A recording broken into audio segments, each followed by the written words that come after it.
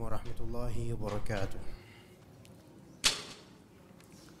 إن الحمد لله نحمده ونستعينه ونستغفره ونعوذ بالله من شرور أنفسنا وسيئات أعمالنا من يهده الله فلا مضل له ومن يضلل فلا هادي له أشهد أن لا إله إلا الله وحده لا شريك له وأشهد أن محمدا عبده ورسوله لا نبي بعده. قال الله تعالى في كتابه العزيز: يا أيها الذين آمنوا اتقوا الله حق تقاته ولا تموتن إلا وأنتم مسلمون. يا أيها الناس اتقوا ربكم الذي خلقكم من نفس واحدة وخلق منها زوجها وبث منهما رجالا كثيرا ونساء واتقوا الله الذي تساءلون به والأرحام إن الله كان عليكم رقيبا.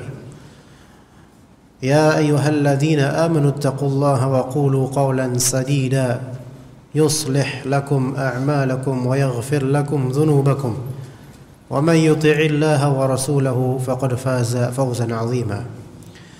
فإن أصدق الحديث كتاب الله وخير الهدي هدي محمد صلى الله عليه وسلم وشر الأمور محدثاتها وكل محدثة بدعة وكل بدعة ضلالة وكل ضلالة في النار. Amma ba'd. Para ummahat yang dirahmati oleh Allah Azza wa Jal, biiznillah ta'ala, dengan izin Allah, pertolongannya, kebersamaannya, taufiknya, karunia-Nya, kebaikannya dan rahmatnya, kita akan melanjutkan pembahasan dari kitab Stop KDRT. Stop KDRT, kekerasan dalam rumah tangga, membuang prahara kekerasan di rumah kita dengan kembali kepada tuntunan Islam, karya Abu Hamzah Abdul Latif Al-Ghamidi yang dicetak oleh Pustaka Imam Syafi'i. Dan kita membahas suatu tema yang tertulis awalnya di halaman 37 dari kitab ini dengan masalah menghalangi istri untuk menemui anak-anaknya. Dan insyaallah kita bahas tema tersebut yang tertuang dalam kitab ini di terjemahan sampai kisaran mungkin 7 halaman. Taib, menghalangi istri untuk menemui anak-anaknya, dan kita tidak memperpanjang muqaddimah ya, disebabkan panjangnya pula kalimat-kalimat yang dituturkan oleh penulis dalam bab ini atau masalah ini.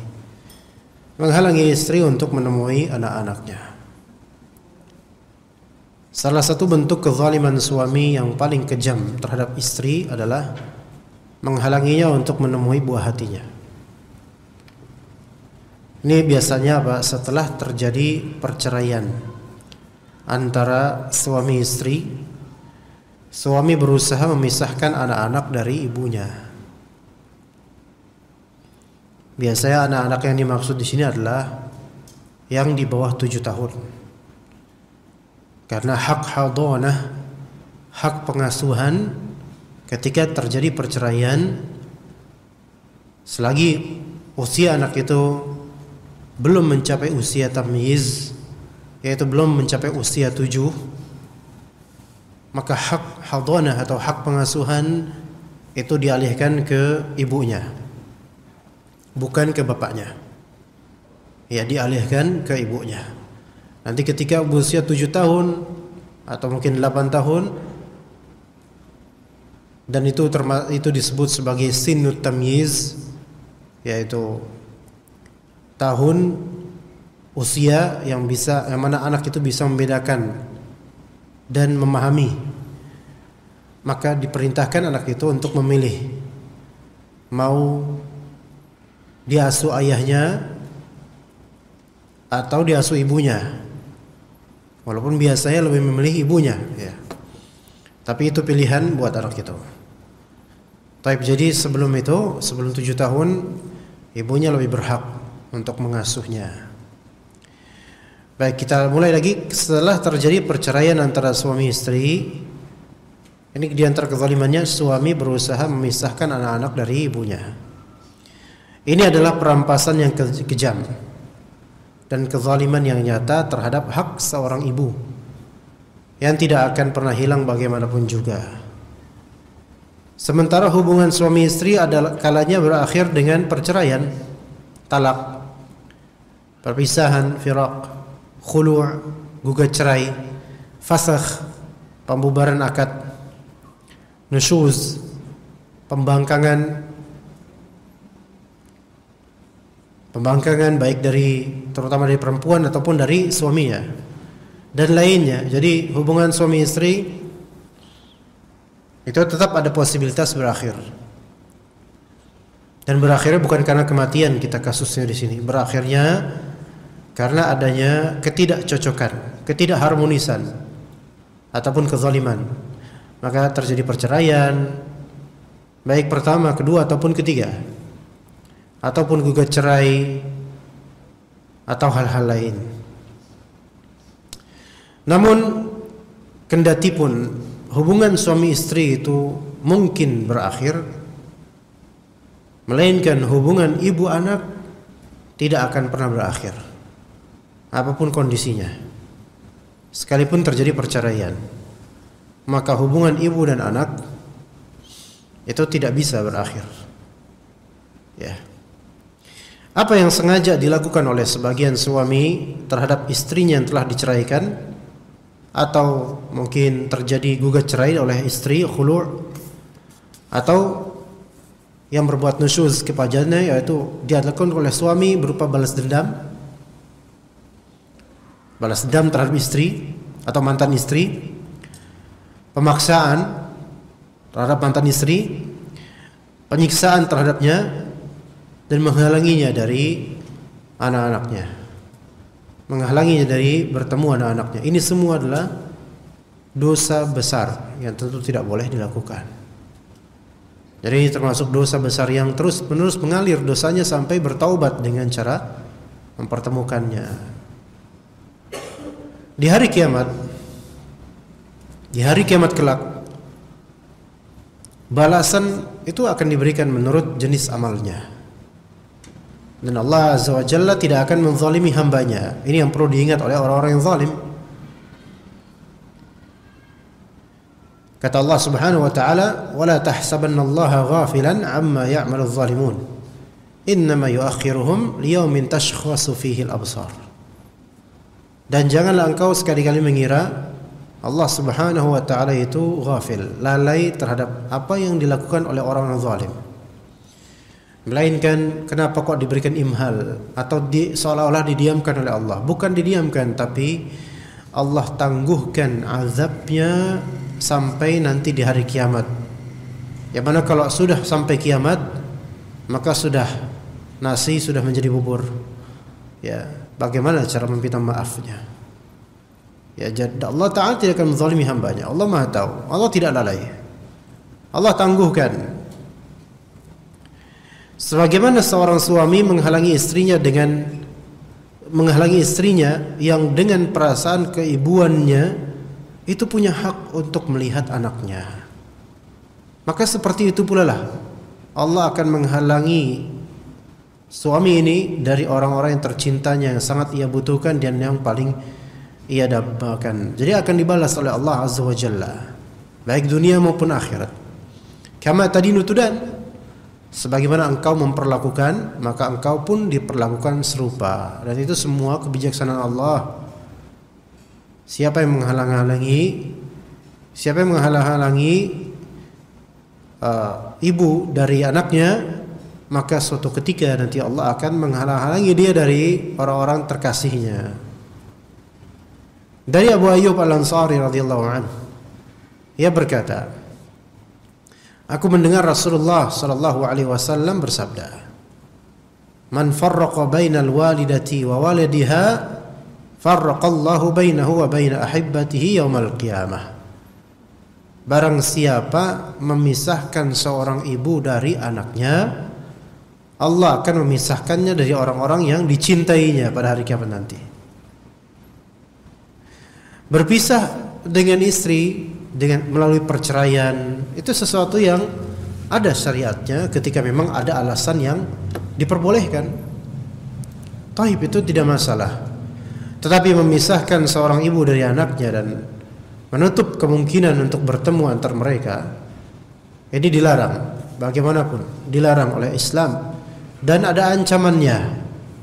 Barang siapa memisahkan seorang ibu dari anaknya, Allah akan memisahkan orang tersebut dari siapapun yang dia cintai pada hari kiamat. Jadi dia menyendiri dalam azab. Tidak ada yang menolongnya. Orang-orang yang dulu dicintai di dunia itu meninggalkannya dan tidak bisa membantunya dan mungkin lupa akan dirinya. Na'udzubillah min dzalik. Berarti hadis ini menunjukkan ancaman akan azab di hari kiamat untuk orang yang memisahkan ibu dari anaknya. Baik yang memisahkan ini adalah mantan suaminya, atau yang memisahkan ini adalah iparnya, atau yang memisahkan ini adalah mertuanya, atau mungkin penguasa yang zalim, atau siapapun yang berkontribusi dalam memisahkan seorang ibu dari anaknya. Maka mereka semua berhak untuk mendapatkan azab berupa dicerai, dipisahkan diri mereka dari orang-orang yang mereka cintai di hari kiamat nanti. Baik. Ada faedah di sini, jika tawanan saja, tawanan yaitu yang ditawan di medan perang setelah menang kaum muslimin, kemudian kan ada beberapa tawanan, ya, yang mana tawanan itu mungkin masih kafir. Jika tawanan saja diperlakukan dengan selayaknya, paling ini tawanan, maka betapa wanita-wanita merdeka, bukan budak, dan para istri itu lebih utama untuk diperlakukan demikian. Jadi memuliakan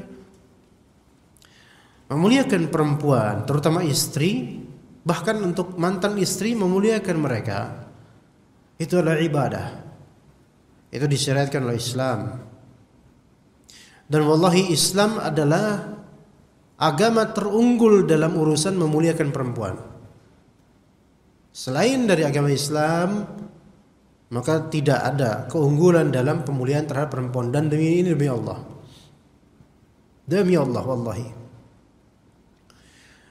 metode atau teori feminisme sama sekali tidak memuliakan perempuan, bahkan justru itu menghinakan perempuan, merendahkan perempuan, menjerumuskan perempuan, dan tidak respect terhadap perempuan meskipun namanya feminisme. Mereka menginginkan adanya hurriyah bagi perempuan. Mereka ingin membuat perempuan-perempuan itu keluar dari rumahnya. Mereka berusaha bagaimana perempuan itu memiliki karir tersendiri dengan alasan independensi, kebebasan, dan kemerdekaan daripada perbudakan oleh para pria.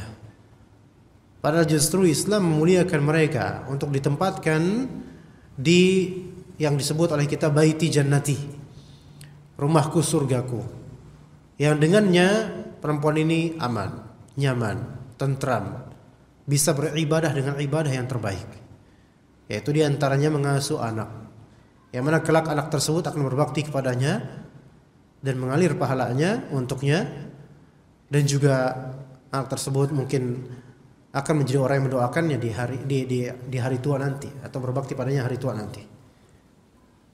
Maka tentu syariat Islam adalah syariat yang paling memuliakan perempuan. Ya, saya yaitu penulis kitab ini, yaitu Syekh Al-Ghamidi di sini. Saya penulis telah menyaksikan begitu banyak permasalahan yang timbul di antara suami istri akibat pertengkaran dan perselisihan. Suami yang zalim menyiksa seorang istri yang merupakan ibu bagi anak kandungnya. Jadi suami yang zalim menyiksa seorang istri yang merupakan ibu kandung bagi anak kandungnya, membakar sanubarinya, menyengat hatinya dengan memisahkan anak-anaknya dan menghalanginya untuk melihat mereka, serta menyengsarakannya dengan cara memisahkan mereka darinya. Seorang wanita pernah mengadu kepada penulis. Seorang wanita pernah mengadu, bercerita bahwa ia belum pernah melihat anak-anaknya selama 5 tahun. Sementara ia memiliki dokumen resmi yang memberinya hak untuk mengasuh mereka, yaitu dokumen resmi yang diresmikan oleh pemerintah dari urusan hak kepengasuhan atau ya kepengasuhan, bertemu dengan anaknya dan mengasuh mereka. Jadi wanita ini selama 5 tahun belum pernah bertemu atau belum pernah melihat anak-anaknya. Namun suaminya telah menghalanginya untuk mendekati dan melihat anak-anaknya. Ya. Kalau ingin menemui, ya suami ini mensyaratkan kalau memang istrinya ini, mantan istrinya ini mau menemui anak-anaknya atau melihat anak-anaknya, maka mantan istrinya ini harus pergi ke samping sekolah mereka dan melihatnya pun harus sembunyi-sembunyi. Ya, anak-anaknya itu datang menemui ibunya lalu keluar meninggalkannya. Ibunya ini tidak bisa memaksa mereka agar ikut dengannya karena mereka takut kepada ayah mereka. Jadi ayah mereka keras, temperamental, menghalangi anak-anaknya untuk bertemu dengan ibunya. Kalaupun bertemu itu secara sembunyi-sembunyi di samping sekolah, dan tentu nggak bisa kemudian ibunya itu mengambil anak-anaknya. Padahal hak pengasuhan secara syar'i dan secara resmi itu ada pada ibu kandungnya. Maka penulis kemudian bercerita, ketika kami ingin mendamaikan mereka berdua, mantan pasutri ini ingin mendamaikan mereka berdua, kami meminta si mantan suami agar bisa hadir untuk berdialog dan bertukar pikiran. Maka ia pun datang ditemani oleh ayahnya. Maka mantan suami ini datang ditemani oleh ayahnya yang merupakan kakek dari anak-anak kecil itu, atau mantan mertua istri itu, mantan istri itu. Ditemani oleh ayahnya. Itu mantan suami. Kami yakin laki-laki ini tidak memiliki keputusan dan alternatif. Namun penampilan ayahnya, yaitu penampilan kakek dari anak-anak ini, ya, atau penampilan mantan bapak mertua si istri ini, penampilan ayahnya tersebut menyiratkan bahwa keduanya, yaitu sang kakek dan juga mantan suami ini, keduanya adalah orang yang baik agamanya dan memiliki kewibawaan. Dari penampilannya ya, kayak ustadz gitu ibaratnya. Oleh karenanya kami pun menghormati dan berprasangka baik terhadap ayahnya, yaitu kakek ini. Lantas kami bertanya kepada sang suami, mantan suami, tentang alasan kenapa ia melarang istrinya untuk melihat anak-anaknya. Kenapa kok sampean kok melarang mantan istri sampean untuk melihat anak-anak kalian gitu. Tiba-tiba sang kakek menyelap, angkat bicara, mewakili putranya itu mantan suami ini. Bicara dengan kata-kata yang menyiratkan seolah-olah sang kakek ini orang yang mengerti ajaran agama, merasa takut pada Allah, mempersiapkan diri untuk menghadap Allah, merasa takut akan siksa kubur dan siksa api neraka, serta menjelaskan bahwa cucu-cucunya benci kepada ibu mereka. Jadi kakeknya mengisahkan misalnya kepada penulis, Syekh, ini cucu saya benci sama ibunya, ya, benci sama ibunya, dan kami nggak mau nanti terjadi apa-apa sehingga kami berbuat zalim kepada cucu-cucu ini, gitu. Dan dikaitkan mereka itu cucu-cucunya ini marah dan tidak suka bertemu dengan ibu kandung mereka. Mereka enggan menemui ibunya dan duduk bersama, katanya gitu, kata si kakek. Sang kakek juga menceritakan jika mereka, yaitu kakek dan bapaknya anak-anak ini, kalau mereka pengen menghukum anak-anak itu karena suatu kesalahan, maka anak-anak itu akan diancam, akan diantarkan kepada ibu mereka. Kalau misalnya kalian bandel, atau kalian kalau misalnya gitu lagi bandelnya, nanti tak anterin lo ke ibu sampean, ibu kalian. Gitu. Diceritain begitu ya. Supaya apa? Supaya anak-anak cucu-cucu itu merasa kapok dan takut. Itu klaim dari kakeknya. Dan berkata kakeknya kemudian, sok atuh Ustaz, Syekh, tanyakan saja kepada mereka itu anak-anak itu. Kalau mereka mau berbicara, tanyain aja. Buktinya silahkan tanyain ke anak-anak itu. Anak-anak yang masih kecil itu memperlihatkan keengganan untuk melihat dan menemui ibu mereka. Kami pun menduga, yaitu kami di sini penulis, mengira bahwa masalahnya memang sebagaimana yang telah dituturkan oleh si sang kakek. Kayaknya benar nih, anak-anak ini benci dengan ibunya, gitu. Kayaknya benar kakek ini, karena sikap anak-anak ini beda nih. Ya. Namun ketika kami diberi petunjuk oleh Allah untuk mempertemukan anak-anak tersebut dengan sang ibu di sebuah tempat yang terpisah dari ayah dan kakek mereka. Jadi tanpa diketahui nih, diam-diam dipertemukan oleh penulis. Kami melihat pemandangan yang sangat mengharukan. Ketika tiga orang anaknya nih, cucunya ini 3 orang. Ketika ketiga orang itu, anak itu melihat ibu mereka, mereka segera berlari mendekatinya, merengkuhnya ke dada mereka dan menciumi apa yang bisa mereka cium dari sang ibu dengan bibir mungil mereka. Yang satu mencium kening ibunya, yang itu mencium kedua tangan ibunya, yang ketiga mencium kedua kaki ibunya. Pokoknya benar-benar menunjukkan bahwa mereka itu seperti orang yang lama berpisah dan sangat rindu satu sama lain. Ibu malang yang seperti wanita kehilangan anak-anaknya ini larut dalam suasana haru yang mengiris hati dan memudarkan kesadaran. Anak-anaknya menangis bersamanya, merengkuhnya ke pelukan mereka dan memarahinya karena meninggalkan mereka. Kenapa ibu kau ninggalin kami, gitu dan seterusnya. Itu, anak-anaknya masih kecil-kecil. Siapa saja yang melihat kejadian ini, ia pasti tak kuasa menahan rasa haru dan hanya bisa bungkam 1000 bahasa. Maka ada penyair mengatakan, sungguh aku telah melihat berbagai bencana, namun air mataku tidak berderai seperti ia berderai pada hari perpisahan.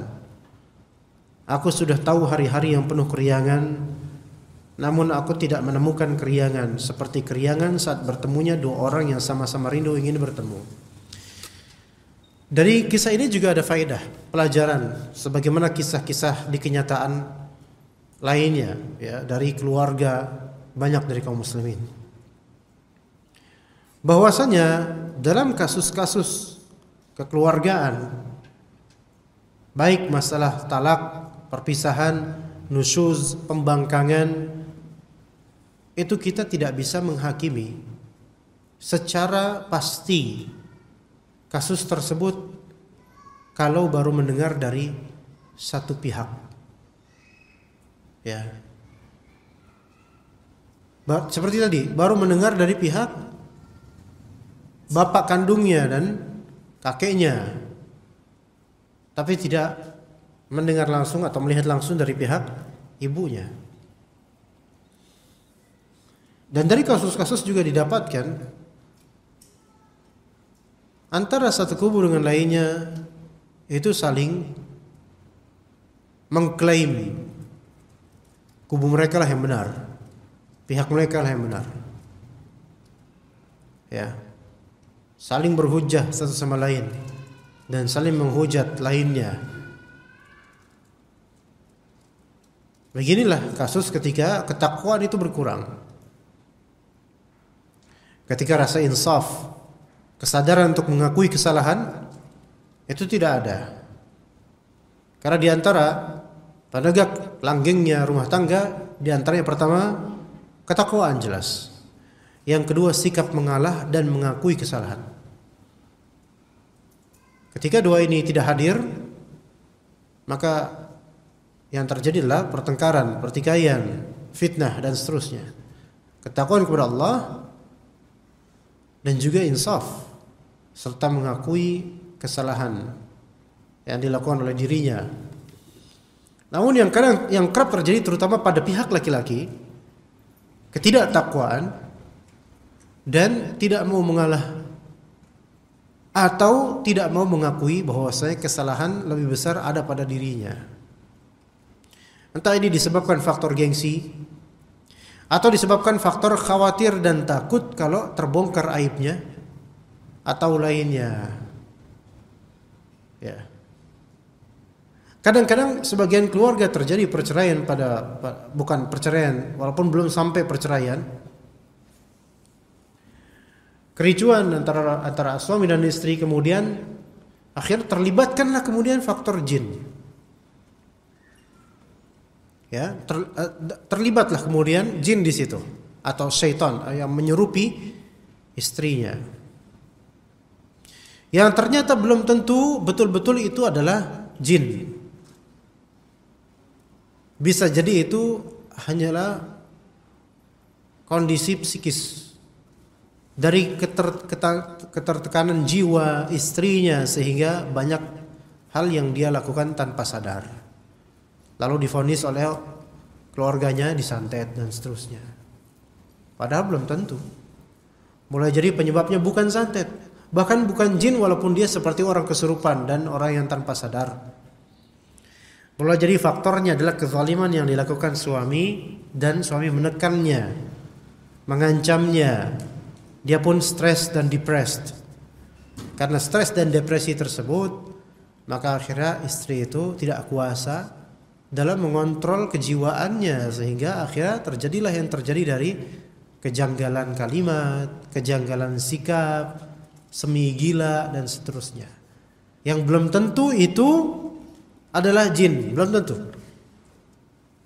Bahkan kalaupun diruqyah enggak ada efek sama sekali. Ternyata selama ini suaminya lah yang membuatnya trauma. Ini kadang terjadi. Iya.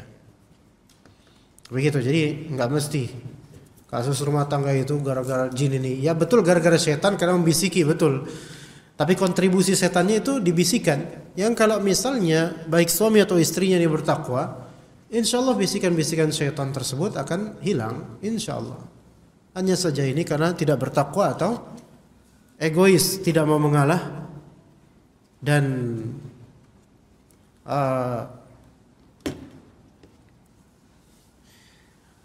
lebih mementingkan diri sendiri serta tidak mengindahkan perasaan orang yang berakad dengannya di akad pernikahan. Ya begitu jemaah, ya ummahat sekalian rahimakumullah. Kemudian di sini ada hadis Nabi sallallahu alaihi wasallam dari Abdullah bin Mas'ud radhiyallahu anhu. Ia menuturkan, kami pernah bersama Rasulullah sallallahu alaihi wasallam dalam sebuah perjalanan. Di tengah perjalanan Nabi sallallahu alaihi wasallam pergi hendak menunaikan hajat. Tiba-tiba kami melihat seekor burung yang sedang bersama dua anaknya. Jadi ada induk burung sedang bersama apa? Dua anaknya. Dua anaknya, anak burung. Lalu kami mengambil kedua anaknya. Kami di sini beberapa sahabat Nabi. Mengambil kedua anaknya. Induknya kemudian datang sambil membentangkan kedua sayapnya. Membentangkan kedua sayapnya di sini imma karena terbiasa sarang ya. Di sarang burung tersebut biasakan membentangkan sayapnya untuk menghangatkan kedua anaknya, atau membentangkan sayapnya dalam artian dia mencari-cari di mana anaknya sekarang gitu loh. Ya. Mendadak Nabi SAW muncul lalu berkata, siapa yang membuat burung ini risau karena anaknya diambil? Jadi bagaimanapun binatang itu, apalagi induknya, itu juga punya kegelisahan walaupun mereka tidak punya akal. Punya kegelisahan. Terutama sekali kegelisahan karena anaknya diambil. Maka kata Nabi, kembalikan lagi anak-anak burung itu kepada induknya. Ya, kembalikan. Kata Nabi SAW. Seringkali saya berkeinginan untuk, kata penulis, seringkali saya berkeinginan untuk melontarkan sabda beliau tadi. Siapa yang membuat burung ini risau karena anaknya diambil?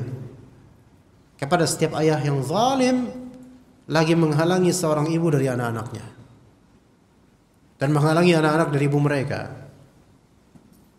Lihat, binatang aja Rasulullah perhatikan dan memiliki concern tentang perasaan binatang itu. Iya. Ketika Idul Adha, banyak terjadi pelanggaran. Disembelih binatang korban di depan temannya. Dan itu adalah mematikannya sebelum mematikannya. Ya, itu membuat dia mati 2 kali. Ini sampai seperti ini jemaah. Islam memperhatikan perasaan binatang gitu loh. Jangan sampai binatang itu tersiksa. Ya. Kata Nabi SAW, Innallaha katabal ihsana ala kulli syai'. Sesungguhnya Allah Subhanahu wa ta'ala mewajibkan berbuat baik pada segala hal. Wa idza qataltum fa ahsinul qitlah. Kalau kalian memang mau membunuh dengan hak ya, membunuh binatang misalnya, fa ahsinul qitlah, maka perbaguslah cara membunuhnya. Wa idza dabahtum fa ahsinudz dzibhah. Jika kalian menyembelih, maka perbaikilah cara menyembelih. Wal yuhidda syafratahu wal yurih dzabihatahu. Dan hendaklah dengan cara dia mempertajam pisaunya dan membuat nyaman binatang yang akan disembelih. Ya, dalam urusan ini aja Nabi memperhatikan. Kemudian dalam hal ini induk burung diambil anak-anaknya. Ini diistinbatkan dari hadis ini, ada faedah. Larangan atau terlarangnya mengambil anak binatang yang belum bisa terlepas dari induknya. Haram.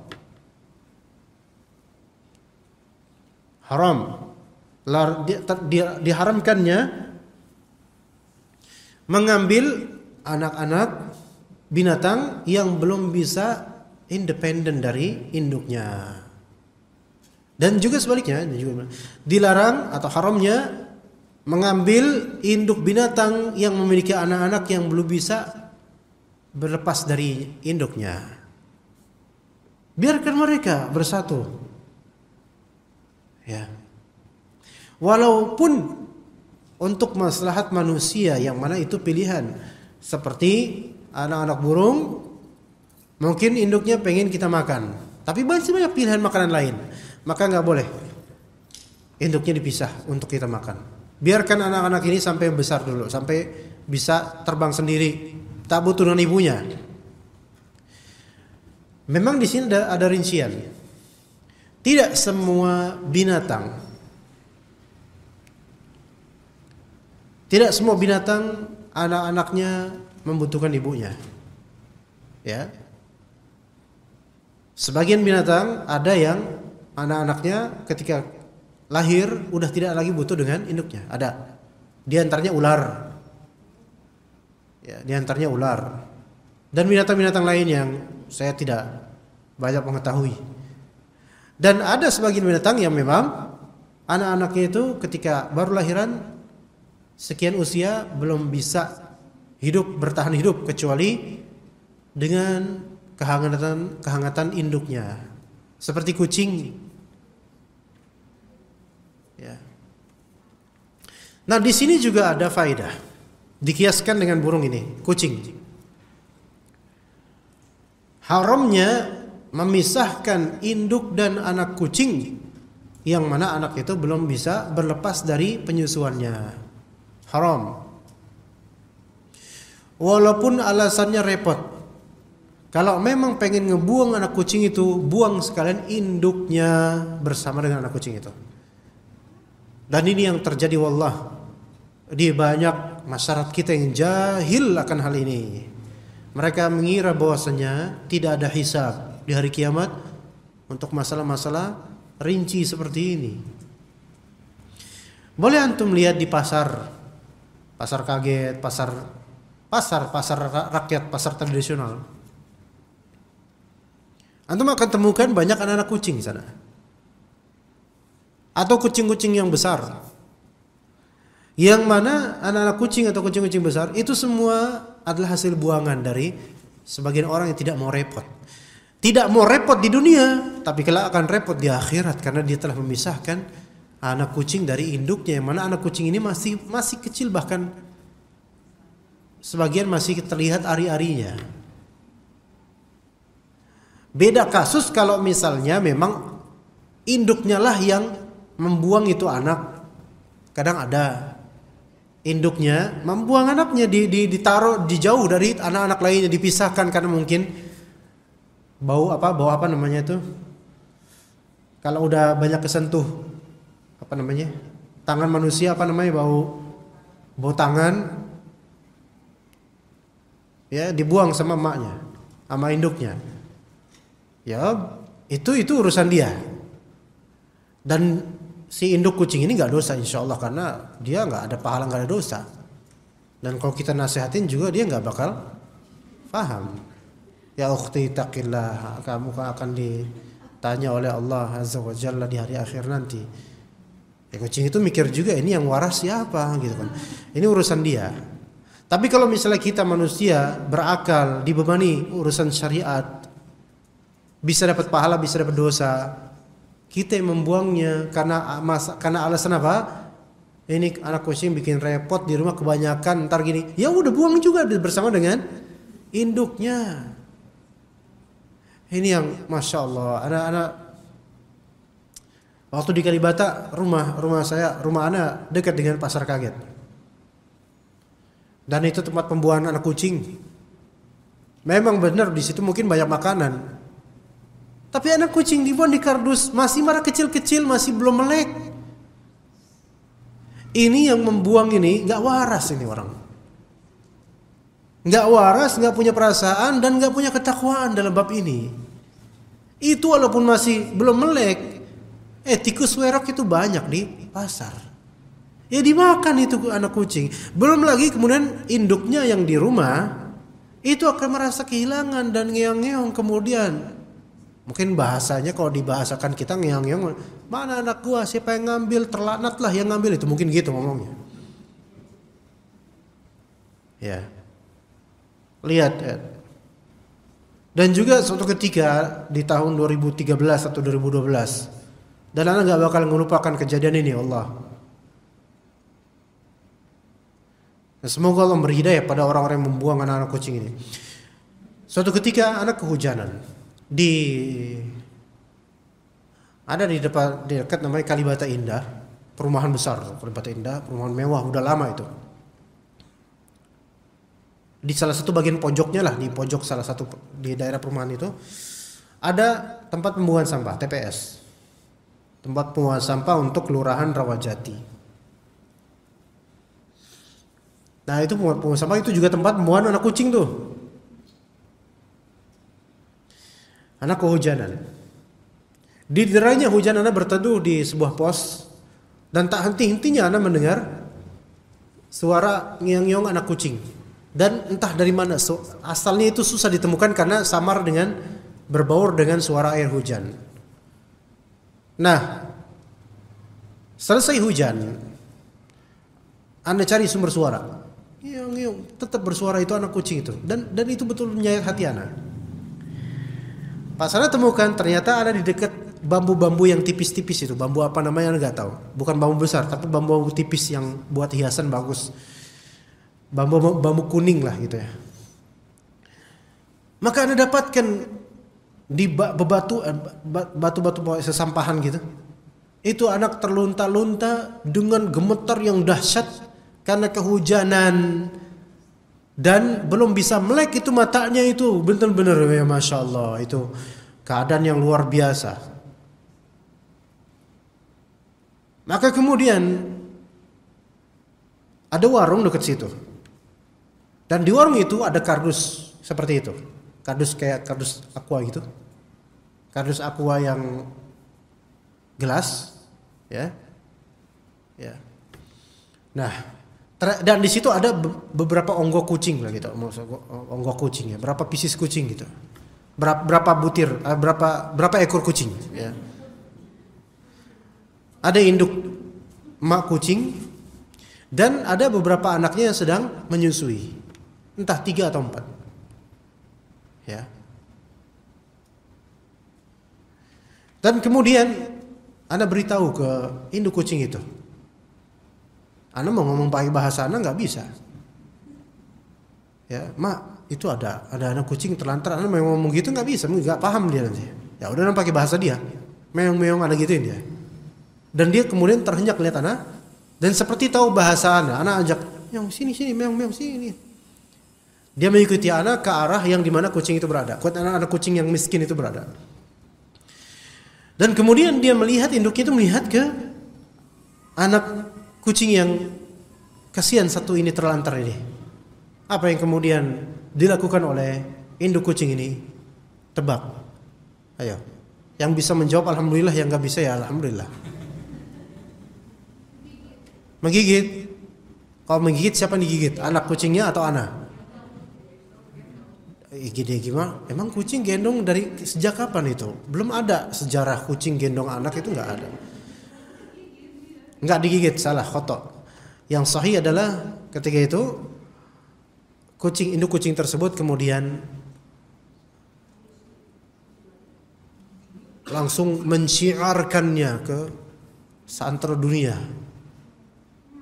Langsung dia meong sana, dia seperti memberitahu bahwa ini. Dia bolak-balik sana sini, meong gitu. Seperti apa? Seolah-olah ya kalau bahasa kita, dasar mama nggak tanggung jawab gitu mungkin gitu ya. Nah, atau mencari siapa induknya. Ini anak siapa nih? Ya Allah, ini anak siapa? Mungkin gitu kali ya. Dan dia repot sendiri kemudian. Ini anak siapa, kesian, mungkin gitu. Ketika itu belum ada Google Translator. Jadi anak nggak paham, mungkin itu takwil anak, tafsiran dari anak.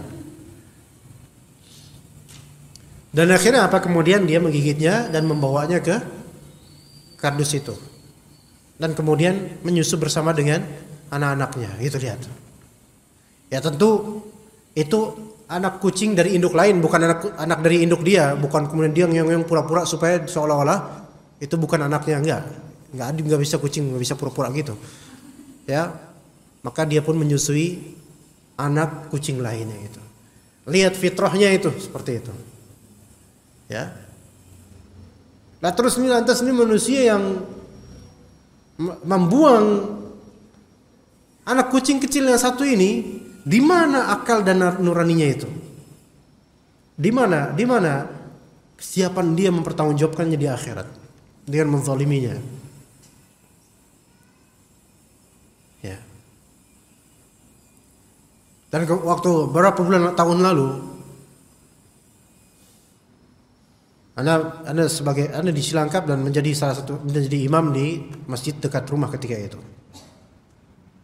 Pernah juga itu ada satu kardus ditaruh di masjid. Ketika kita sholat asar, itu kok banyak suara kucing ini, anak-anak kucing ini. Pas kita lihat ternyata ada kucing dibuang di teras masjid. Dengan kardus itu 3. Masya Allah. Dan ternyata pas diceritakan itu ada suatu ketika mobil lewat parkir bentar, terus habis itu mobil tersebut orangnya mengeluarkan kardus itu dan ditaruh di dekat masjid. Ini masjid emang tempat penangkaran yatim piatu apa gimana? Ini orang akalnya hilang atau gimana ini? Ini rumah Allah. Dan mereka kira marbot ini dari kalangan kucing apa, kemudian bakal menyusuinya. Allah musta'an. Kemudian bulan-bulan berikutnya, setelah sholat tarawih, setelah sholat isya, pas sholat isya itu Anda mendapatkan seorang nyawan kucing, seekor kucing. Setelah ba'diyah isya, Anda keluar dan orang-orang lagi pada kongko kumpul di situ, ngobrol-ngobrol gitu. Anda dapatkan seonggok kucing di pojokan gelap, di kardus seperti kardus aqua persis itu, ditaruh di pojokan gelap. Dan pas Anda datangin itu ada curut yang berseberangan dengan Anda, seperti curut itu habis mau ngapa-ngapain itu kucing. Dan kemudian Anda hemparkan, Anda taruh kardus ini di tempat yang terang, dan Anda lihat ini anak kucing, matanya itu masih merem, masih kecil sekali, dan ari-arinya itu masih terburai. Artinya baru on time itu habis wiladah. Habis apa? Habis lahiran. Ya, habis dilahirkan. Jadi itu sengaja, ana yakin itu salah satu jemaah situ yang narok situ. Dan itu beberapa jemaah lagi pada ngobrol, ana taruh dekat mereka. Ini siapa ini yang buang anak kucing nih? Benar-benar zalim. Ana ngomong gitu di dekat mereka. Sampai mereka terperangah, dan ana yakin di antara mereka lah yang membuang itu. Dan kemudian ana berusaha asuh. Kan kalau anak kucing masih seperti itu nggak bisa kecuali harus pakai induknya, karena baru banget lahir dan mudah kedinginan. Kita usahakan sendiri ketika itu, usahakan beli pipet, beli susu kucing, beli ini beli itu. Qadarullah di hari ketiga wafat dia. Di hari ketiga udah kayak gini terengal-engal, udah kayak gini. Anda langsung dengan motor pergi ke provinsi lain untuk mencari, di itu malam-malam itu untuk mencari pet shop atau dokter hewan yang masih buka jam itu. Anda cari Google Map, gak ketemu yang lagi buka. Akhirnya dapat di daerah Jalan Hankam. Itu udah masuk Bekasi, Anda waktu itu Cilangkap. Jadi untuk ngurusin kucing itu pindah provinsi anak ketika itu. Dan di sana pas, dan banyak binatang-binatang yang sedang diurusin. Kemudian ini ngantri, ya Allah, ini ngantri udah kayak gini keadaannya gimana? Itu udah kayak anak sendiri itu. Kemudian akhirnya ini darurat nih kata dokter, kata para tugas, ini darurat, ya Allah langsung di atas ya. Mungkin namanya IGD kali, IGDS ya. Gawat darurat kucing, IGDS ya, IGDK ya. Maka kemudian ketika suster kucingnya itu melihat, wah Allah ini mah, ya Allah Pak, ini mah udah ini, ya Allah, ini kemungkinan untuk hidup terus ini kecil banget nih Pak. Itu udah sedih banget lah. Dipijit-pijit kemudian bagian paru-parunya tuh. Wah ini susah ini Pak, kayak gini Pak ya. Akhirnya kita liatin dan beberapa bukan jemaah sih, mereka bukan jemaah, mereka manusia lah, beberapa manusia di sekitar saya itu kemudian juga ikut melihat dan menyaksikan sakaratul mautnya kucing ini, dan matinya dia kemudian udah diem gitu. Ya Allah, itu sampai ana berusaha untuk nggak nangis jemaah, tapi air matanya mau keluar, ana tahan nggak bisa, dia nangis kemudian, ya Allah kok saya nangis ya gimana Pak, emang ini mengharukan ya Allah ya gimana ya, Masya Allah. Kemana itu perasaan orang yang membuangnya?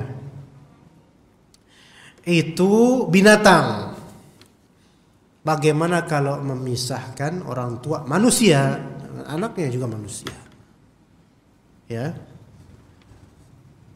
Sebagaimana dimaklumi bahwa seorang ibu lebih berhak untuk mengasuh anak-anaknya yang belum mencapai usia 7 tahun. Ingat, ketika terjadi perceraian, ibu itu memiliki hak hadhanah, hak pengasuhan untuk anak-anaknya, apalagi kalau masih balita, apalagi kalau masih menyusui. Nggak boleh dibawa oleh bapaknya. Selama masih menyusui sebelum 2 tahun, itu ibunya berhak mendapatkan mukafaah, apa bahasanya? Imbalan nafkah karena telah menyusui putranya atau putrinya. Bisa dipahami nggak di sini? Dan misal terjadi perceraian, ya, dari pernikahan itu tadinya menghasilkan anak 2 misalnya. Ini kasus nih, cerai, ada 3 anak hasilnya. Anak pertama usia 10 tahun, anak kedua usia 5 tahun, anak ketiga usia 1 tahun. Itu masing-masing ada treatment yang berbeda dari urusan pengasuhan. Pahami baik-baik jemaah, ya ummahat terutama, pahami baik-baik fikih ini. Misal dalam sebuah pernikahan, ya, suami istri cerai, qadarullah, sah cerainya, tidak rujuk, Ada 3 anak. Anak pertama usia 10 tahun, belum baligh. Anak kedua usia 5 tahun, anak ketiga usia 1 tahun. Baik. Oke ya. Yang 10 tahun hak pengasuhan di siapa? Ayo silakan jawab. Kalau bisa jawab, kalau bisa ada yang bisa jawab 3-3-nya ini, maka kita selesai kajian insyaallah. Biar saya cepat pulang. Karena saya mau nganterin anak saya ke rumah sakit habis ini. Jadi nggak bisa terlalu lama. Anak yang 10 tahun hak pengasuhan di siapa? Bukan, di pilihan anaknya. Anak yang milih.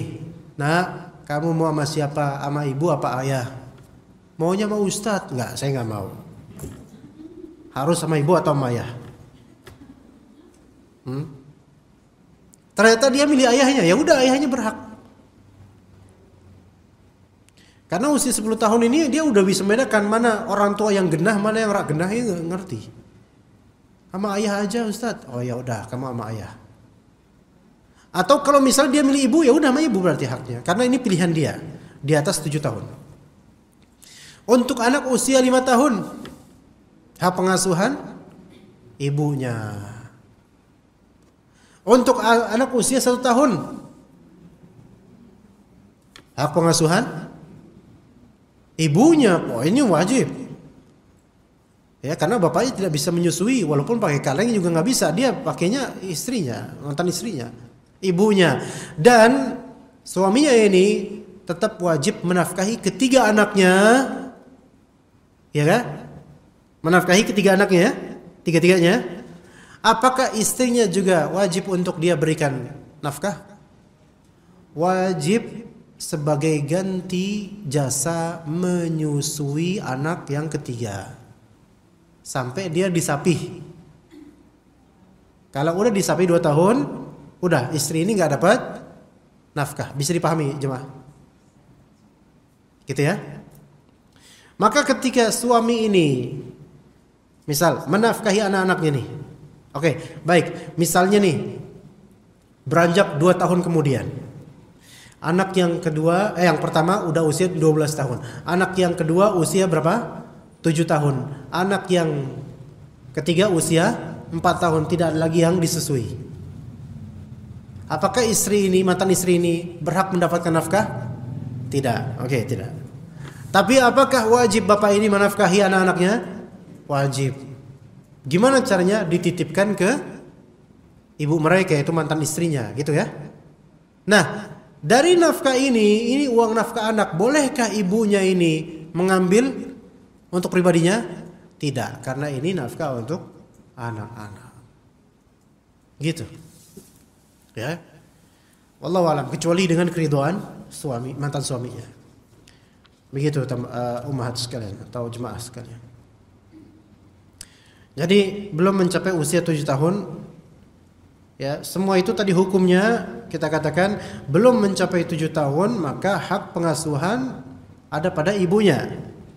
Ini juga dengan syarat selama sang ibu belum menikah lagi. Selama sang ibu belum menikah lagi dengan pria lain. Kalau ibu ini menikah lagi dengan pria lain, maka hak pengasuhan menjadi pilihan atau sebelum pilihan. Kan nanti ibu ini kan janda nih, dia punya natia. Alhamdulillah kemudian ada pria datang melamarnya. Nah, pilihan ini ada di pria ini. Pria ini calon suami yang kedua punya hak untuk memilih mau sepaket atau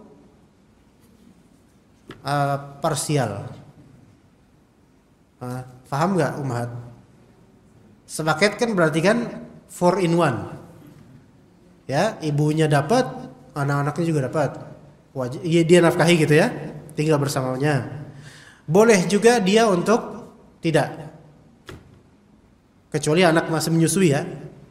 Anak yang masih menyusui nggak boleh dipisahkan dari ibunya. Tapi 2 anak yang usia 5 tahun dan 10 tahun, ini pilihan.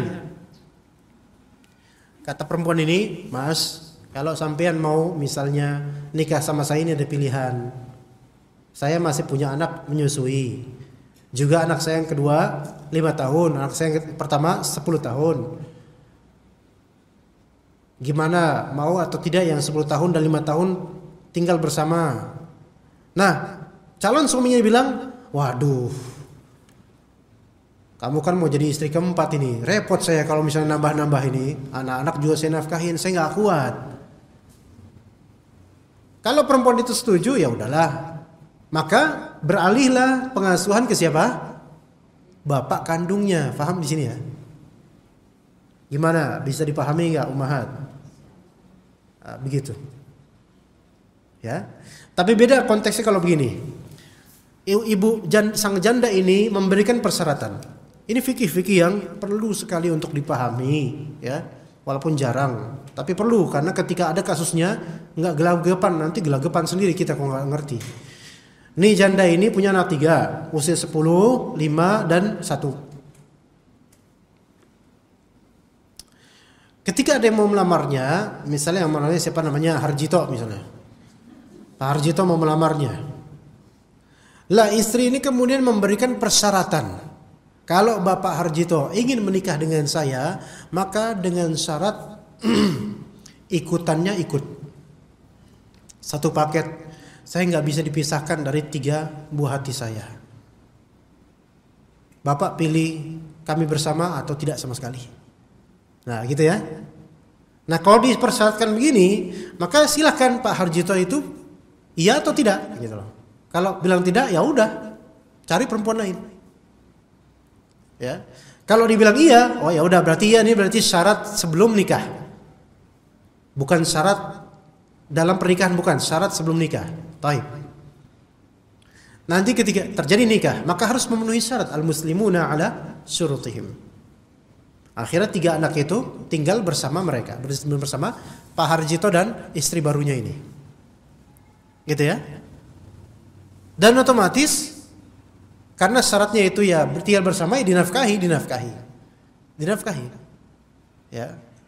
Begitu. Jadi bapak bapak tiri. Ya begitu. Nah, kalau misalnya ternyata di tahun berikutnya Pak Harjito berubah pikiran. Wah, kayaknya repot kalau misalnya saya ngasuh lagi. Menafkahi 4 manusia sekaligus. Udah gitu, usia yang 5 tahun bentar lagi masuk SD. Biaya pendaftaran lagi. Ntar yang usia 10 tahun masuk SMP. Daftar terus habis itu biaya apa tuh, yang uang pangkal lagi. Udah gitu maknya minta sekolah di pesantren sunnah, kan tahu pesantren sunnah mahal-mahal lah gitu. Ini bukan nyindir, menyinggung ya. Ini salah mindset Pak Haji itu, karena banyak juga pesantren sunnah yang murah. Cuman yang kelihatan yang mahalnya doang. Coba cari yang murah, ada. Ya, yang gratis juga ada. Ya. Nah, gimana nih ya? Bilang kemudian ke istrinya, Beb, saya nggak kuat nih. Udahlah, ini anak-anak diasuh aja bapaknya. Istri ini, yang belum saya namain tadi namanya siapa entah ya. Istri ini, dia kalau kayak ini berhak untuk mengingatkan, ini kan persyaratan. Kalau syarat dilanggar, boleh akad itu dibubarkan, boleh. Walaupun bukan talak namanya. Ya, di antara penyebab faskhul aqd, pembubaran akad, itu di antaranya adalah terjadinya pelanggaran terhadap persyaratan. Atau boleh juga menggugat cerai, boleh kalau misalnya hal kayak gini, boleh. Karena ini tidak sesuai dengan syarat yang dulu dia tuturkan. Begitu ya, jemaah sekalian. Jadi kalau misalnya ibunya mau menikah lagi dan kemudian ternyata calon suami kedua ini nggak berkenan untuk adanya anak-anak, maka boleh ibu ini kemudian melimpahkan pengasuhan anak-anak kepada ayah kandungnya selama anak tersebut bukan anak yang menyusui. Kalau yang menyusui tetap bersama ibunya, nggak bisa dipisah. Ya. Atau dengan syarat Jadi ibu ini lebih berhak mengasuh anak-anaknya dengan syarat: satu, belum capai usia 7 tahun. Dua, ibunya belum menikah lagi. Yang ketiga, tidak ada kepastian bahwa ibunya ini memiliki perilaku menyimpang yang dikhawatirkan akan mempengaruhi anak-anaknya. Jadi 3 syarat. Ibu lebih berhak untuk hadhanah, pengasuhan anak, dengan syarat pertama, anaknya belum mencapai usia 7 tahun. 3, ibunya belum menikah lagi. Kalau belum menikah lagi, maka pada ibunya. Yang ketiga, tidak dipastikan ibunya ini memiliki kecacatan jiwa atau moral yang bisa berpengaruh pada anak-anaknya. Kalau ibunya tidak terpenuhi syarat ketiga, ya, seperti apa? Ibunya gila misalnya, atau ngomongnya kasar, jorok, dan suka menyiksa anak, maka nggak dipisahkan dari ibunya, dan itu tidak masalah karena madharatnya lebih besar. Ya begitu. Dari Abdullah bin Amr bahwa seorang perempuan berkata, "Wahai Rasulullah, sesungguhnya anakku ini akulah yang mengandung, menyusui dan mengasuhnya. Sedangkan ayahnya telah menceraikan aku dan ingin merebutnya dari tanganku." Rasulullah SAW bersabda kepadanya, "Anti ahaqqu bihi ma lam tankihi." Kamu lebih berhak terhadap anakmu selama kamu belum menikah lagi. Itu kata Nabi SAW. Itu dalilnya. Apabila anak-anak telah berusia 7 tahun, maka mereka diminta memilih untuk ikut dengan salah satu dari kedua orang tuanya. Ini pun selama belum ada penetapan hakim bahwa salah satu pihak tidak layak untuk melakukan pengasuhan. Misal, kalau hakim dalam urusan hadhanah, pengasuhan ini juga perlu adanya hakim. Ya, perlu adanya hakim. Kalau mampu ya, di pengadilan.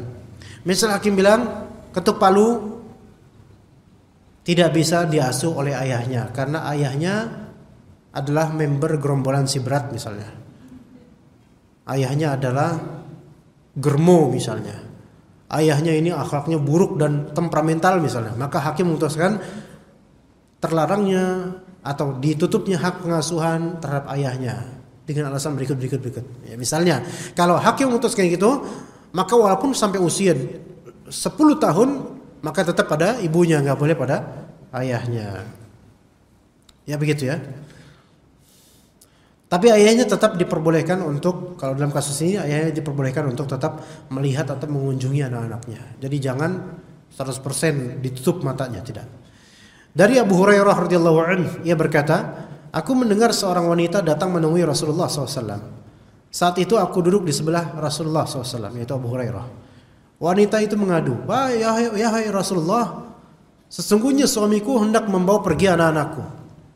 Itu kata perempuan tersebut. "Suami saya itu pengen membawa anak-anaknya, padahal anakku ini satu-satunya mengambilkan air dariku, dari sumur Bani Inabah, dan anak saya ini satu-satunya membantu saya." Rasulullah bersabda kemudian, "Ya udah kalau gitu kalian undi siapa yang lebih berhak mengasuhnya di antara kalian berdua."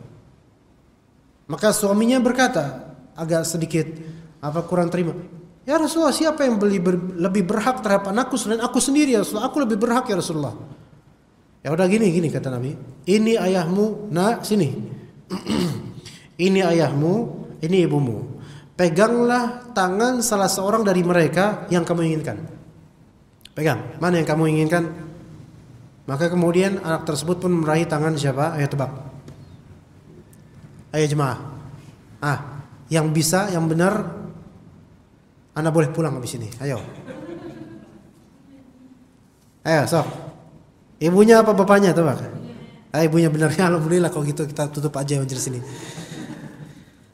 Meraih tangan ibunya, lalu ibunya mau pergi. Itu jadi itu kalau udah 7 tahun berikutnya, maka dia milih, anak itu milih. Jadi jemaah sekalian, nanti kalau misalnya ada yang udah cerai misalnya, putri atau putranya udah mulai usia 7 tahun, ikuti syarat ini, jangan dibekap terus sama ibunya. Siapa tahu dia mau diasuh sama bapaknya. Pergi ke hakim atau pengadilan, atau boleh bapaknya menuntut. "Ayo kita rundingkan masalah ini. Siapa tahu tuh anak tuh maunya sama saya bukan sama kamu," gitu misalnya. Maka ayo anak itu ajak, kemudian pilih sama siapa. Anak itu memilih nanti kemudian. Iya. Biasanya sih milih ibunya biasanya, ya. Karena mungkin malas juga dia ngeliat bapaknya, ya. Dia tahu kelakuan bapaknya mungkin, ya. Mengapa sebagian orang sengaja melukai hati, menggores perasaan, dan membunuh rasa kasihan sampai pada taraf yang dimurkai ini? Apakah tidak bisa sikap saling menghormati dan memuliakan dibiarkan tetap langgeng meskipun hubungan pernikahan telah berakhir? Mungkin udah cerai, tapi baiknya saling menghormati. Ya. Hak kedua orang yang telah berpisah ini sebaiknya tetap terpelihara sehingga anak-anak mereka tumbuh secara normal tanpa mengalami gangguan psikologis dan ketidakstabilan emosi akibat tindakan orang tua yang saling bertengkar.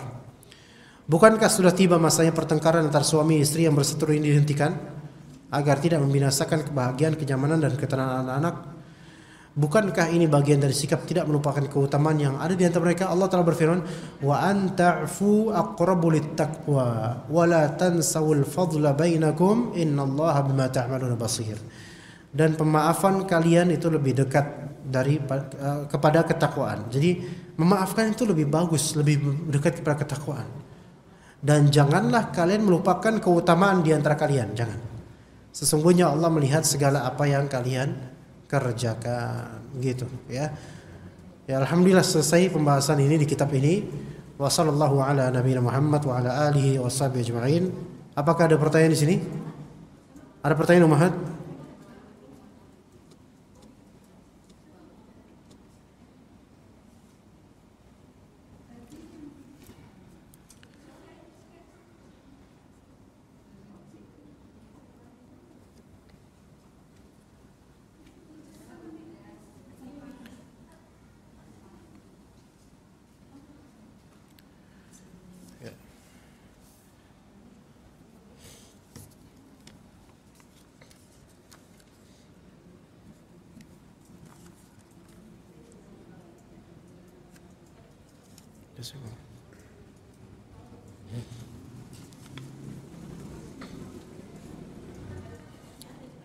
Assalamualaikum warahmatullahi wabarakatuh.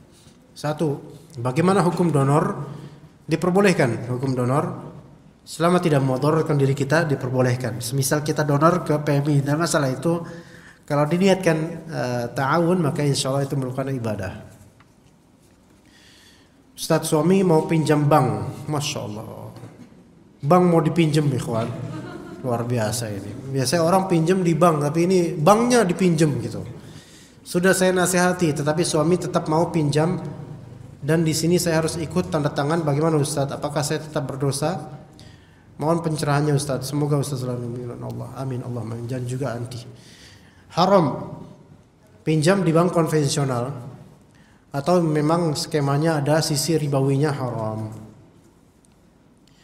Kalau memang dipaksa oleh suami, tetap haram. Tidak boleh taat.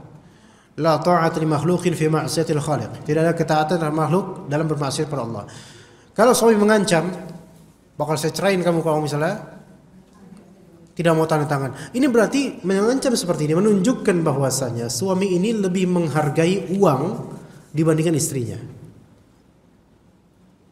Gitu. Ya.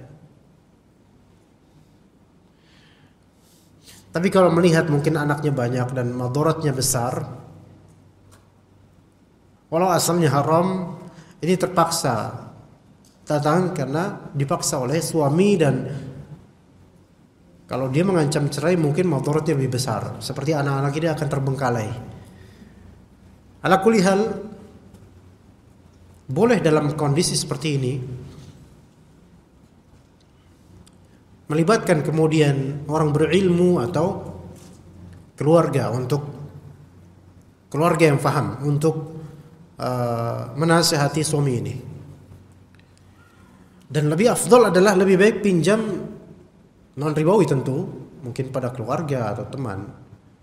Dan boleh istri ini kemudian mengadu ke orang tuanya dalam masalah ini karena dipaksa untuk melakukan kemaksiatan yang besar, dosa besar, dan tidak ada jalan lain. Maka boleh ngobrol dengan orang tuanya dan mencari solusi. Sebaiknya solusinya tentu tidak cerai. Ya, jangan. Solusinya carilah pinjaman yang syar'i yang diperbolehkan. Jadi jangan mau ikutan kalau bisa ya. 3, bolehkah baju akhwat pakai apa nih? Renda misal untuk undangan Ustaz. Anak belum bisa menjawab yang ini. Ya, anak enggak begitu paham tentang baju perempuan ya. Jadi enggak tahu. Renda itu apa sih? Yang ornamen-ornamen itu bukan ya? Apa renda itu apa?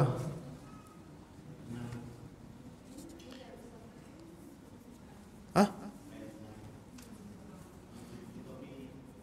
Kayak gimana sih? Bros.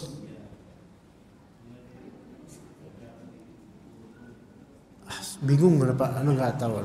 Baju perempuan renda itu bukannya ornamen apa namanya ukiran-ukiran gitu bukan? Ada benda pakai benang tapi ya? Dia kayak songket gitu bukan? Jadi timbul gitu ya. Sebenarnya bukan masalah ditimbul atau tidaknya, masalahnya itu apakah membuat dia diperhatikan atau enggak, itu masalahnya. Polos tapi pink itu fitnah. Coba akhwat ummahat pakai baju pink dari atas sampai bawah. Kira-kira dilihat ya sama orang-orang? Dilihat. Ngejreng terang pink. Iya, kulitnya hitam tapi ya. Nah ini gimana? Orang bakal ngeliatin. Anda tidak tahu kalau masalah renda di sini sepertinya ada larangannya. Tapi Anda belum bisa bicara lebih lanjut. Sepertinya ada larangannya, tidak ingat ya. Renda ini bukan jahitan untuk antar kain ya. Kalau ini darurat, kalau jahitan itu darurat, nggak bisa enggak ya. Tapi renda ini adalah hiasan-hiasan. Semisalnya kalau di Wallahu alam, kalau dipakai misal untuk undangan, kalau undangan isinya perempuan semua, tafadhol buka jilbab juga nggak apa-apa. Iya, isi perempuan semua ya. Perempuan muslimah maksudnya. Tapi kalau isinya ada perempuan dan nanti di jalan lewat laki-laki, maka sebaiknya sih wallahu alam hindari. Ana nggak begitu terbayang renda-renda itu. Ya, wallahu alam. Assalamualaikum. Assalamualaikum. Ya Allah, ini astagfirullahaladzim. Ini dokter dari mana ini kok bisa kayak gini? Ya Allah musta'an. Bismillah Allah. Ustaz ana mau tanya. Ini sebenarnya kebaca. Cuman perlu ijtihad dalam membacanya ini. Bagaimana ya Ustaz? Bagaimana? Selama ini Ana tidak pernah terbersit kalau mau jadi istri kedua. Oh waduh. Ini masalahnya lebih rumit daripada tulisannya ternyata. Ana tidak pernah terbersit kalau mau jadi istri kedua. Tapi kan calon sama-sama salafi 2. Ini 2 atau apa? Ada salafi 1 dah. Salafi juga kali ya. Calon ikhwan sama-sama salafi juga kali ya. Ragu. Oh, ana bukan juga. Ana ragu untuk menerimanya. Karena ana lihat kesungguhan la haula wala quwwata illa billah. Calon, kesungguhan calon. Ana jadi pengen memiliki ya. Ini 1,5 jam pengajian ini yang paling berat ini. Mohon nasihatnya Ustaz. Ana ingin memiliki apa enggak tahu ini. Mohon nasihatnya Ustaz. Ana tidak mudah lagi. Udah punya cucu. Oh iya ya, tidak mudah lagi benar. Allah musta'an. Ana tidak mudah lagi udah punya cucu, Masya Allah. Calon mantan pacar gimana? Calon mantan pacar. Oh, calonnya adalah mantan pacar. Calon adalah mantan pacar waktu SMA Ustaz. Udah 40 tahun baru ketemu. Wih, Masya Allah. Wih, ini luar biasa ini. Kisah cinta yang Masya Allah ini. Bajai bajuri kalah ini.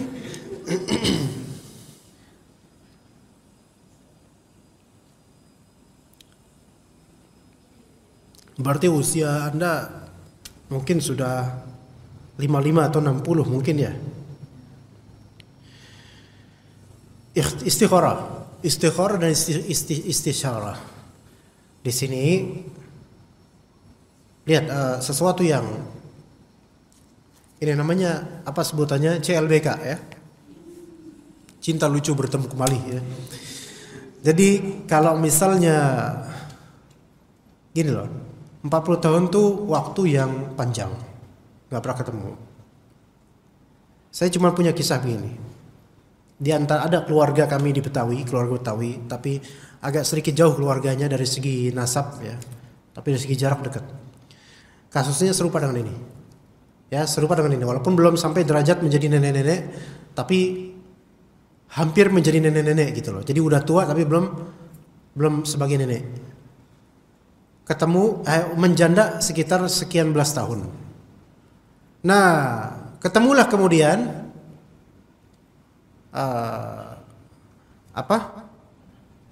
oh ini mantan pacar ya.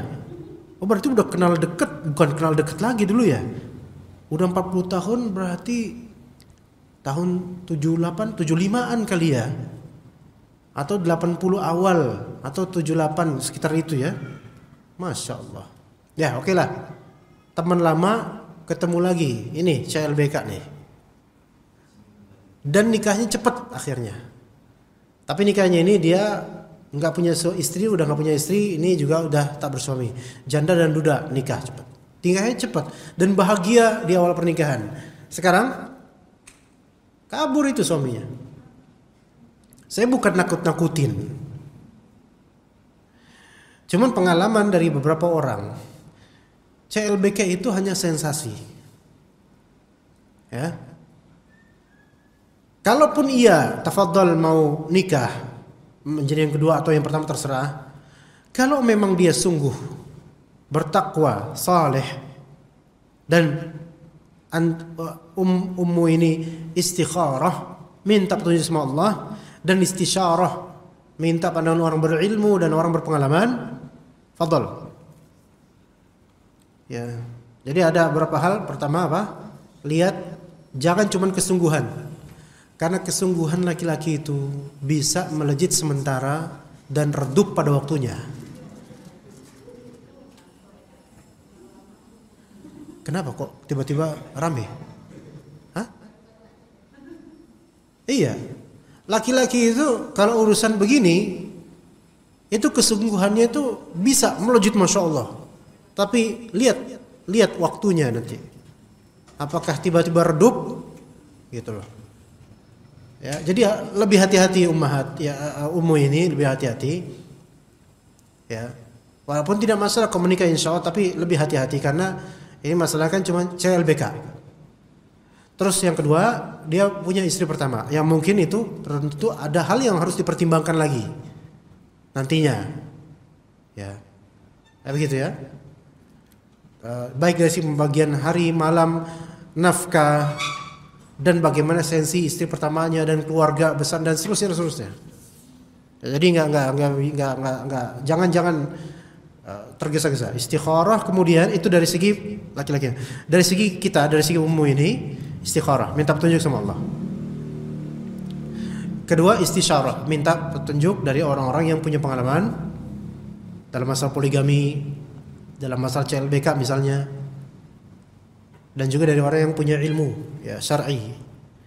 Kalau ana nggak mengatakan bahwa saya jangan, apalagi ini beliau penanya ini tentu umurnya di atas ana jauh, tetapi ana sarankan ditenangkan dulu, jangan tergesa-gesa, jangan sampai tersakiti pada waktunya dan euforia di awal sakit di akhir, jangan.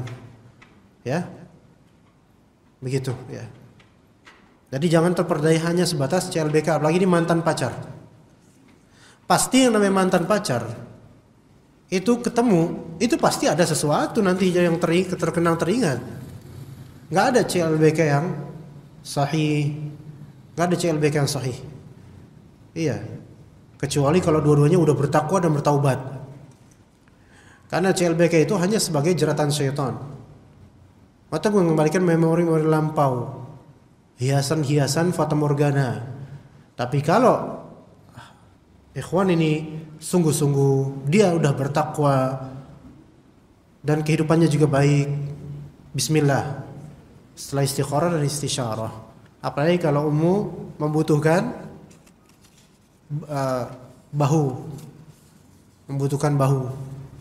bahu, iya. Selama ini kan di tembok kan Bu ya, iya, bukan shoulder to cry on, ya, begitu, ya. Assalamualaikum warahmatullahi wabarakatuh. Mau nanya Pak Ustadz, bukankah anak yang pisah orang tuanya ini lagi, masya Allah, gimana nih Pak? Ini Pak, bukankah anak pisah orang tuanya, anak tetap harus dinafkahi sama ayah, betul? Kandungnya, betul. Walau ibunya telah menikah lagi. Kalau ibunya sudah menikah lagi, ada dua kondisi. Anak ini, kondisi pertama, anak ini diboyong juga sama bapak barunya dan dinafkahi, maka ini nggak wajib. Oke? Kalau anak ini diboyong juga sama bapak barunya dan dinafkahi dengan baik, maka ayah kandungnya tidak wajib lagi karena ini anak sudah dapat hak, dapat kebaikan dah. Tapi kalau misalnya anak kandung ini, ya, diboyong sama sama bapak barunya tapi tidak dinafkahi, maka dinafkahilah oleh ayah kandungnya, gitu, ya, begitu ya. Adapun kalau misalnya yang tertentu yang anak ini tidak diboyong oleh bapak barunya tapi dikembalikan ke bapak kandungnya, maka tentu bapak kandungnya jelas wajib menafkahinya. Ya, kasusnya kan ketika anaknya ini diboyong sama bapak tirinya, dilihat kondisinya dinafkahi atau enggak, gitu loh. Kalau dinafkahi maka hilang kewajiban bapak kandung. Tapi kalau tidak dinafkahi maka wajib bapak kandungnya menafkahinya walaupun dia tinggal bersama bapak tirinya. Bismillah. Assalamualaikum warahmatullahi wabarakatuh. Ustaz, izin tanya, bagaimana kalau seorang istri mencari nafkah untuk anak-anak dan suami tidak bekerja, sedangkan suami punya istri 4? Ini gimana ini? Ini gimana? Bagaimana solusinya? Solusinya kematian. Iya, solusinya kematian.